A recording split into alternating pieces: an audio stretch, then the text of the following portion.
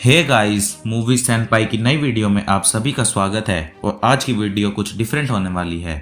पिछले कई दिनों में हमने टॉम हॉलैंड की स्पाइडरमैन 4 को लेकर काफी इंटरेस्टिंग और थोड़ी डरावनी खबरें सुनी हैं, तो मैं एक एक करके आपको वो सारी न्यूज़ बिल्कुल डिटेल में शेयर करूंगा।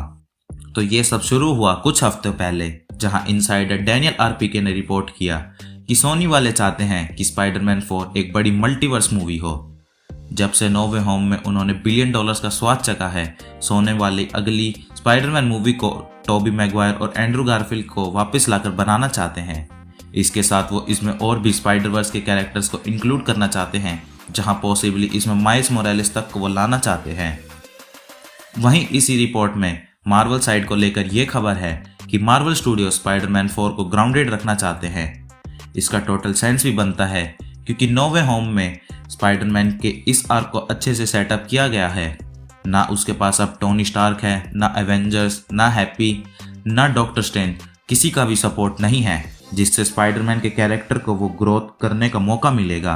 हमने हमेशा से स्पाइडरमैन को बड़ी लीग्स में देखा है, और अब यहाँ ग्राउंडेड रखकर उसको अपने ऑन पर देखकर हम उसके कैरेक्टर को डेवलप होते देख सकते हैं। अब रिसेंटली मूवी के प्लॉट को लेकर जो डिटेल सामने आई हैं, उसके अकॉर्डिंग मूवी का प्लॉट भी काफी ग्राउंडेड है, जहां इसमें डेयर डेविल एंटमैन मूवी में अपीयर होते, किंगपिन भी मूवी में क्रूशियल रोल प्ले करता, ऑल्दो वो मूवी का मेन विलन नहीं होता, जहां स्टोरी सीधा डेयर डेविल बॉर्न अगेन से कंटिन्यू होती। मूवी का मेन फोकस होता पीटर की सीक्रेट आइडेंटिटी और विजिलेंटिस के ऊपर, जहां मेयर किंगपिन विजिलेंटिस को इलीगल घोषित करता, जिसके बाद किंगपिन बिहाइंड द कर्टन से स्पाइडरमैन के पीछे विलन्स को भेजेगा। अब ये सुनने में काफी अच्छा लग रहा है, स्पाइडरमैन को अलग अलग विलन से फाइट करते देखना, जिसके पीछे किंगपिन हो, और अल्टीमेटली इन दोनों का एक शोडाउन होना, जहां एंटमैन और डेयरडेविल भी स्पाइडरमैन के साथ ही होते। ये इनिशियल आइडिया है मार्वल स्टूडियोज के अंदर स्पाइडरमैन 4 को लेकर, पर सोनी के कुछ और ही प्लान्स हैं। क्योंकि स्पाइडरमैन के राइट्स सोनी के पास हैं, तो फाइनल कॉल तो सोनी के पास ही है। अब सवाल उठता है कि क्यों सोनी स्पाइडरमैन को इतना बड़ा ग्रैंड लेवल पर ले जाना चाहता है। ऑब्वियसली इसका आंसर पैसा ही है। नो वे होम स्पाइडरमैन फ्रेंचाइजी की बॉक्स ऑफिस कलेक्शन करने वाली बिगेस्ट मूवी थी, और अब मार्वल जब अपने मल्टीवर्स सागा में चल रहा है, तो सोनी ये मौके को कैपिटलाइज करना चाहता है। पर हम सब जानते हैं कि उनकी और पिक्चर्स जैसे मॉर्बियस, मैडम वेब, ये सब बहुत बड़ी फ्लॉप रही हैं। स्पाइडरवर्स फ्रेंचाइजी के अलावा सोनी के स्पाइडरमैन कैरेक्टर्स की यूनिवर्स की मूवीज हमेशा लॉस में ही रही हैं। यहाँ सबसे बड़ा रोल आता है केविन फाइगी का, कि आखिरकार क्या वो सोनी की डिमांड को मानेंगे या नहीं, क्योंकि केविन फाइगी ही वजह है जिस वजह से आज हमें स्पाइडरमैन एमसीयू में देखने को मिल रहा है।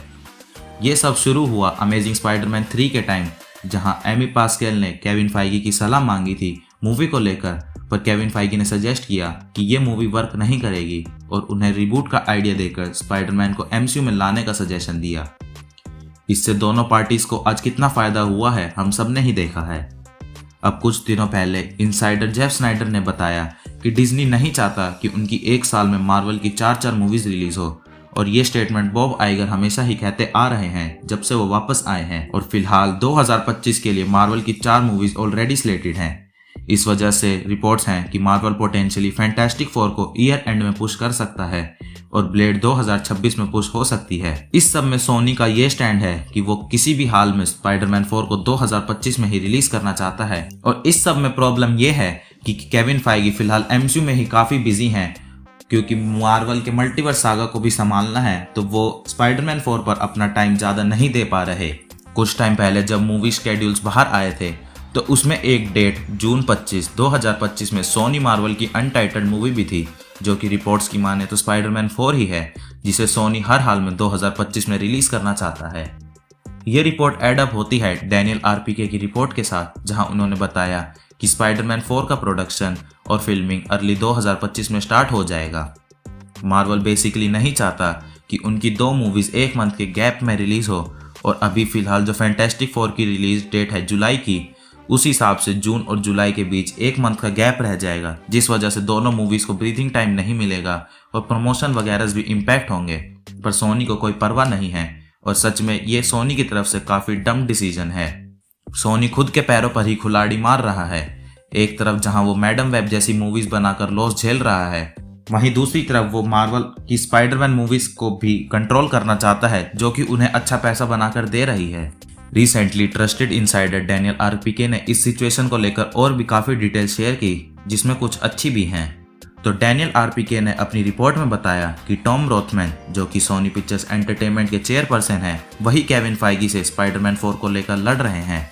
इस रिपोर्ट के हिसाब से टॉम रोथमैन चाहते हैं कि जॉन वॉट स्पाइडरमैन 4 को डायरेक्ट करने वापस आए, वहीं केविन फाइगी चाहते हैं कि डायरेक्टर कोई नया हो। इस सभी में जॉन वॉट्स का स्टैंड ये है कि फिलहाल तो वो सुपर हीरो मूवीज से ब्रेक पर हैं और वो एमसीयू की स्पाइडरमैन मूवीज को फिलहाल डायरेक्ट करने में इंटरेस्टेड नहीं है। रिपोर्ट में आगे बताया गया है कि सोनी एनिमेशन कुछ और स्पाइडरमैन एनिमेटेड मूवीज पर काम कर रहा है। अब ये स्पाइडरवर्स की माइल्स मोरालिस की पिक्चर नहीं होंगी और ये किसी एरेक्ट कैरेक्टर पर बेस्ड होंगी और इन्हें मिलर और लॉर्ड डायरेक्ट नहीं करेंगे। यहाँ सवाल ये भी उठेगा कि क्या मिलर और लॉर्ड के बिना सोनी अच्छी स्पाइडरवर्स की एनिमेटेड मूवीज बना पाएगा, या फिर ये पूरी स्पाइडरवर्स का यूनिवर्स मिलर और लॉर्ड की ही अकेले मेहनत थी।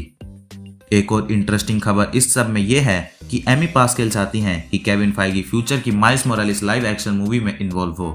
और हाँ, live action miles Morales movie बन रही है, जिसे एमी पास्केल ने खुद कंफर्म किया है, जिस पर वो काम बियॉन्ड द स्पाइडरवर्स और स्पाइडरमैन 4 के बाद करना शुरू करेंगे।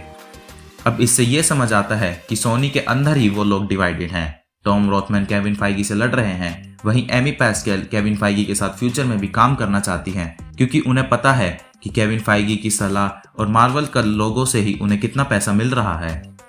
ये देखकर तो अच्छा लगा कि एटलीस्ट कोई तो सही दिमाग लगा रहा है, और हो सकता है कि एमी पास्केल टॉम रोथमैन को भी समझा सकें कि बिना केविन फाइगी के स्पाइडरमैन 4 को काफ़ी लॉस सहना पड़ सकता है। मार्वल स्टूडियोज के भी स्पाइडरमैन को लेकर काफ़ी बड़े प्लान्स हैं, जहां पॉसिबली एवेंजर्स कैंग डायनेस्टी और फ्यूचर मूवीज में सुपर हीरो की ग्राउंड लेवल टीम को स्पाइडरमैन ही लीड करेगा, जिसकी रिपोर्ट्स रिसेंटली आई हैं। अब स्पाइडरमैन को एज अ लीडर एस्टेब्लिश करने के लिए उन्हें इसके कैरेक्टर को ग्रो करने देना होगा, जो कि मार्वल के स्ट्रीट लेवल प्लान के साथ बिल्कुल फिट बैठता है। तो अब आप कमेंट करके बताइए कि आप क्या स्पाइडरमैन 4 को एक मल्टीवर्स लेवल मूवी देखना चाहते हो, या फिर इसे एक ग्राउंडेड अप्रोच के साथ बनता देखना चाहते हो, जिसमें हमें पीटर का वो कैरेक्टर ग्रोथ और डेवलपमेंट देखने को मिले जो हम फैंस काफ़ी टाइम से चाहते हैं। वीडियो को यहीं पर एंड करते हैं, और अगर आपको वीडियो पसंद आई हो तो इसे लाइक करना और ऐसी ही इंटरेस्टिंग वीडियोस के लिए चैनल को सब्सक्राइब करना मत भूलना। struggle with every step and I cannot get away